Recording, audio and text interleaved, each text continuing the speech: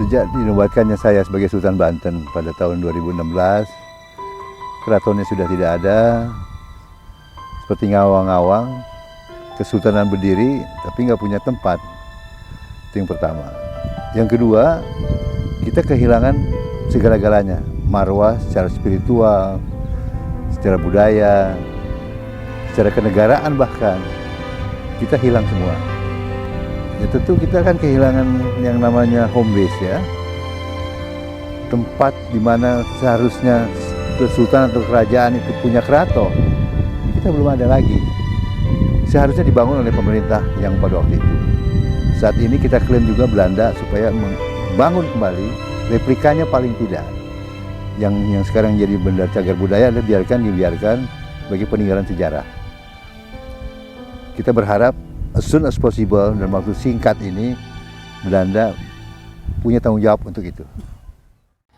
Runtuhnya Keraton Surosoan telah menggambarkan kepada kita bagaimana kekejaman kolonial Belanda membombardir Kesultanan Banten yang saat itu dikuasai oleh Sultan Aliuddin. Kondisi masyarakat Banten yang selama ratusan tahun terus berjuang melawan penjajahan Belanda dan tidak pernah kooperatif.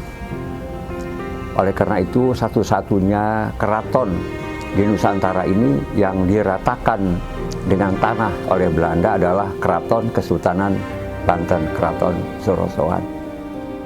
Saya sebagai raja, sebagai sultan, masa lalu meskipun kekejaman Belanda itu terjadi, diajarkan oleh agama Islam, kita tidak boleh dendam.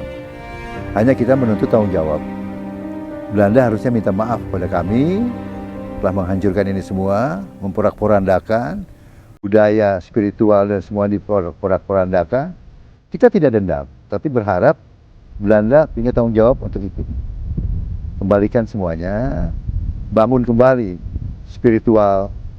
Semua yang ada dirusak oleh Belanda itu dibangun kembali. Harapan kita seperti itu.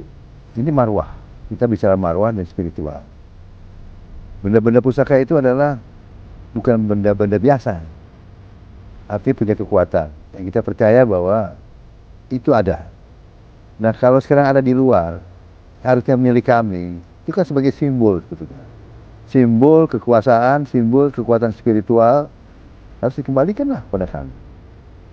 Jadi kita mempunyai kekuatan, itu perasaan yang kita saat ini kita rasakan. Ya. Ada kekuatan secara spiritual, macam-macam kekuatan itu. Secara psikologis juga, benda pusaka peninggalan sejarah leluhur itu punya makna. Kolonial Belanda telah sangat-sangat kejam dan melakukan berbagai penderitaan kepada masyarakat Banten, dan itu membuat hati masyarakat Banten menjadi salah satu trauma sejarah yang sampai saat ini menjadi ketakutan.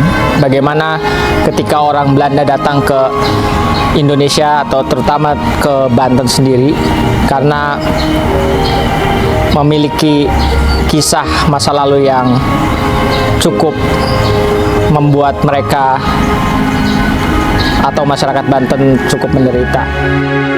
Semua agama yang ada di Indonesia ada di Banten, semua suku ada di Banten, dan tetap kita hidup rukun. Tapi kepada penjajah, orang Banten itu tidak pernah kooperatif. Lebih baik hancur lebur, rata dengan tanah daripada keraton itu diinjak oleh penjajah Belanda. Dari beberapa catatan sejarah yang saya baca dari beberapa orang sejarawan, dari Profesor Hasan Marif Ambari, dari Dr. Halwani Mihrob dan Pak Uka Chandra Sasmita yang saya kenal baik, bahwa banyak sekali barang-barang berharga yang dibawa ke negeri Belanda.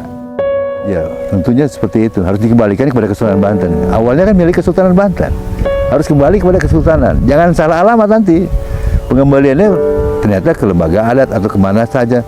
Jangan. Kembalikan kepada Kesultanan Banten. Gawe kuta baluarti bata kalawan kawis. Kita bangun benteng ini, kita bangun keraton ini dengan kekarnya bata dan kuatnya karang.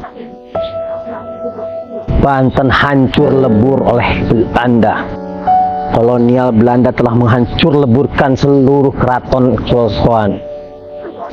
sekarang jati diri Banten seperti hilang dengan kekejaman kolonial. Nah, oleh karena itu sudah selayaknya Belanda juga memohon maaf kepada masyarakat Banten dan mengembalikan semua barang-barang yang dibawa ke sana untuk dikembalikan lagi ke Banten, ke Indonesia lagi. Belanda harus bangun kembali keraton yang sudah dihancurkannya. Itu yang pertama. Kedua, secara ekonomi Belanda sudah merugikan kami dengan kehilangan tempat, bangunan, tempat usaha dan lain-lain. Rakyat Banten ini sekarang ini kan kemana-mana keluar mencari itu. Tapi kalau kesultanan itu sudah berdiri, kami akan eksis di dalam membina semua masyarakat yang ada di sini supaya menjadi sejahtera. Sekarang kami tidak punya keraton. Bagaimana mungkin kita mau bergerak? Jadi Belanda yang pertama kali harus bangun itu kembali.